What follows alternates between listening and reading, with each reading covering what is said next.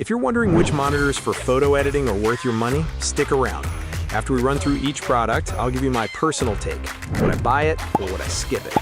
No fluff, just my honest opinion. Let's get into it. Asus ProArt PA27JCV. This thing packs a 5K resolution so dense you couldn't find a pixel with a microscope, making your photos look smoother than a fresh jar of peanut butter. But, and it's a big but, the matte screen coating can look like someone sneezed Vaseline all over it, and the brightness isn't perfectly even across the display. Would I buy it? Maybe, if I can get over the fact it looks like it has a permanent Instagram filter on the screen itself. BenQ PD3225U. Here we have a fantastic 32-inch 4K screen that gives you deep, inky blacks that are impressive for a non-OLED, and it plays nice with MacBooks without demanding an Apple-sized payment. The catch is its coverage of the Adobe RGB color space is pretty mediocre, so if you're a print photographer, this monitor is basically giving you the cold shoulder. Would I buy it? Yes, it's a great middle finger to the Apple Studio display as long as my photos live exclusively on the internet.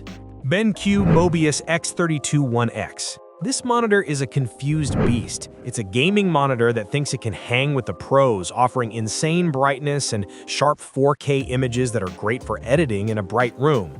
However, its local dimming creates a blooming effect that looks like your subject has a heavenly aura. And honestly, it costs way more than it should for this identity crisis. Would I buy it? No. This monitor is trying to be a jack of all trades and ends up being a master of none for photo work. BenQ PD2730S, another 27-inch monitor with a glorious 5K resolution that makes every pixel on your high-resolution photos stand at attention, and its color is super consistent from edge to edge, so you're not playing guessing games. It's not the brightest kid on the block with its 400 nits peak brightness, and it's definitely geared more towards photographers who live the digital life rather than the print one. Would I buy it? Yes, if my main goal is to count the individual pores on someone's face with stunning clarity on screen. The BenQ PD3220U. This is the sensible, budget-friendly dad of the group. A 32-inch 4K monitor that delivers great color accuracy for the sRGB space without making your bank account cry. It is an older model though, and its younger brother, the PD3225U, easily outshines it in brightness and contrast, making this one feel a bit last generation. Would I buy it? Yes, it's the perfect, I'm on a budget but still want to look like I know what I'm doing monitor. Gigabyte Aorus FO27Q3. This thing's QD OLED panel makes colors pop so vibrantly for your photos, it's like your images are on a sugar rush, but the text clarity is kind of fuzzy, so your file names might look like they've had a few too many drinks. Also, if you have a window open, be prepared for blacks to turn a weird shade of purple, which is not exactly ideal when you're trying to nail that perfect shadow detail. Would I buy it? Maybe, if I lived in a cave and only edited super colorful text-free images and didn't mind the risk of burn-in from my editing software's interface. Dell U2725QE. This monitor is like that friend who is good at everything, with fantastic text clarity and a boatload of ports, including a KVM switch. But its motion handling is so blurry, you'd think it's trying to recreate a 90s music video effect with every moving object. It boasts about its HDR capabilities, but the highlights are about as poppy as a flat soda, and the local dimming is just terrible, lighting up huge zones for no good reason. Would I buy it? No, because while it's great for office work, its disappointing white balance before calibration and bad motion handling make it a liability for serious photo or video editing. ISO ColorEdge CG2700X.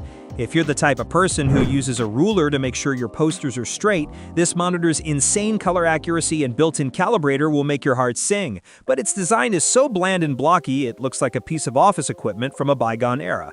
It's incredibly sharp and clear, making your images look amazing, but be prepared to pay a premium for that perfection, because this thing is pricey. Would I buy it? Yes, if I was a professional who demanded perfect color and had a trust fund to burn, because you can be absolutely confident in your edits with this beast. Dell U4025QW. This beast of an ultra-wide gives you so much screen real estate you could probably sublet part of it, and its 5K 2K resolution is a dream for viewing high-res photos, but it struggles in bright rooms like a vampire in the sun. While the IPS black panel delivers deep blacks, fast-moving objects can look a bit blurry, and the local dimming feature is pretty much useless. Would I buy it? Yes, for the sheer productivity boost of that massive sharp screen, as long as my editing suite is more of a cozy den than a sun-drenched paradise. Asus ProArt Display PA27RC9RV. This monitor comes factory calibrated with a dedicated sRGB mode that's impressively accurate right out of the box, but it locks you out of adjusting the brightness, so I hope you enjoy editing in a dim setting. While it has great color for the price and a sharp 4K picture, the moment you switch to a customizable mode, that perfect accuracy goes right out the window unless you calibrate it yourself. Would I buy it? Maybe. It's a fantastic budget option for creators, but being stuck with low brightness in the most accurate mode is a bit like being given a sports car that you can only drive in first gear. LG 45GX950A-B. This thing is a 45-inch OLED beast with a wild 5K 2K resolution, giving you insane detail and perfect inky blacks for your photos. And the sRGB mode is impressively accurate right out of the box. However, the screen curve is so aggressive, you'll feel like you're editing photos inside a fishbowl, and with the risk of permanent burn-in from your editing software's static menus, you might be sweating every time you leave Photoshop open for more than 5 minutes. Would I buy it? Maybe, if I wanted a monitor that doubles as an immersive gaming rig and didn't mind the anxiety of babying an OLED panel for work. Apple Studio Display. The 5K resolution is so sharp and the color accuracy is so good that your photos will look incredible. Plus, the seamless integration with a Mac is a godsend for a simple, clean setup. But honestly, Apple is trolling us by charging over $1,500 for a display with no high dynamic range and then making you pay extra for a stand that can, go up and down, a feature that comes standard on monitors a quarter of the price. Would I buy it? No, because I'm not lighting my money on fire for a monitor that lacks basic features and costs more than my first car just for the pretty logo on the back.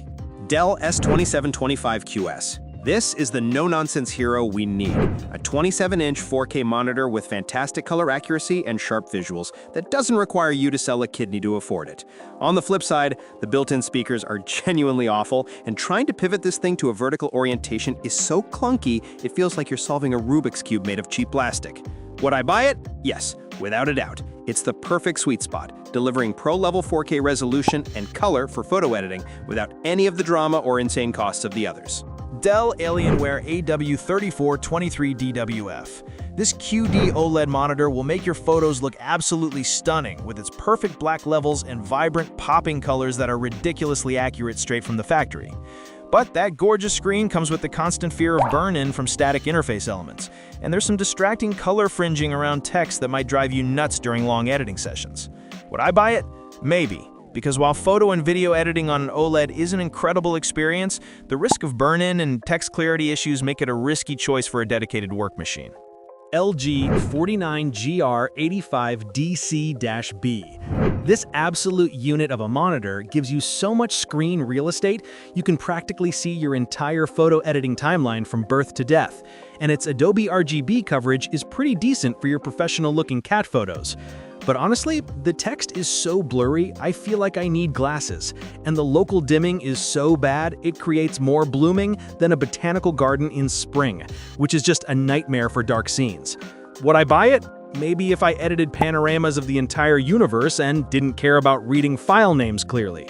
Dell U4025QW. This monitor's 5K resolution and factory-calibrated color are so sharp and accurate that your photos will look more real than real life. Plus, it has a handy KVM switch and enough power delivery to charge a small car. However, it handles reflections about as well as a vampire handles a sunny day, turning into a blurry mess in a bright room. And the local dimming is basically useless for getting deep blacks. Would I buy it? Yes, if I lived in a cave and wanted to edit photos with pixel-perfect precision without ever needing to calibrate a damn thing.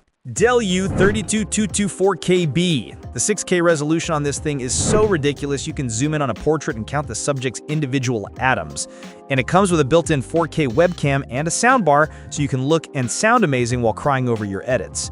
The downside is you're mostly stuck in the sRGB color space, which might make the pros who live and breathe Adobe RGB feel a little claustrophobic, and the 16:9 aspect ratio feels a bit 2010. Would I buy it? Yes, because that absurd resolution makes every photo look incredible, and I'm a sucker for an all-in-one package that cleans up my desk. Dell S3225QC. The QD OLED panel makes colors pop so vibrantly and the contrast is so good, it's like seeing your photos for the first time. Plus, the built-in speakers are surprisingly not terrible for once. The problem is, it's an all-arounder. So while it's great, it lacks some pro-level controls like gamma presets. And the port selection is a bit stingy for a monitor in 2025. Would I buy it? No, not for serious photo editing. This is more for when you want your games to look epic after you've finished pretending to work. Thanks for watching. I hope this video helped you pick the monitors for photo editing for you. If you have any questions, drop a comment below. Links to all of these products mentioned in this video will be in the description.